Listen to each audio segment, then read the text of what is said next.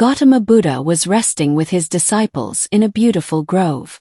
The lush green trees stood tall, their branches home to colorful chirping birds. A gentle breeze flowed, creating an atmosphere of peace and serenity. Buddha was deeply immersed in meditation, his face radiating tranquility and compassion. Meanwhile, a group of village children playing nearby wandered into the grove. Their eyes fell upon a large mango tree laden with ripe, golden mangoes. Tempted by the sight, the children picked up stones and began throwing them at the tree to knock down the fruits. With each hit, some ripe mangoes fell, and the children joyfully collected and ate them.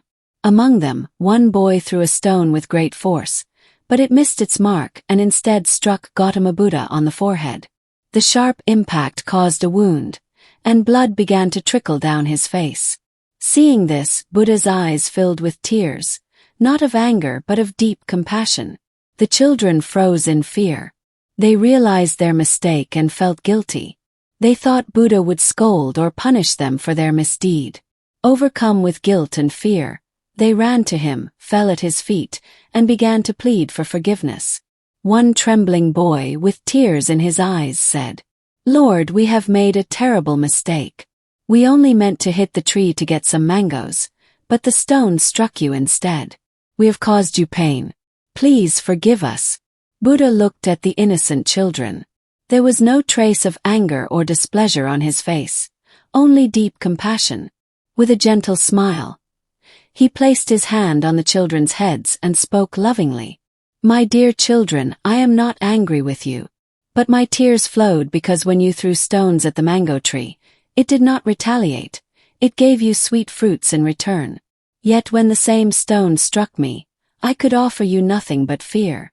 This made me sad, for even a tree has more kindness and generosity than I do." Hearing these words, the children were left speechless. They pondered deeply. If a tree, which cannot speak or move, selflessly gives to others, how much more kindness and love should human beings, blessed with intelligence and wisdom, share with the world? Buddha's words touched their hearts.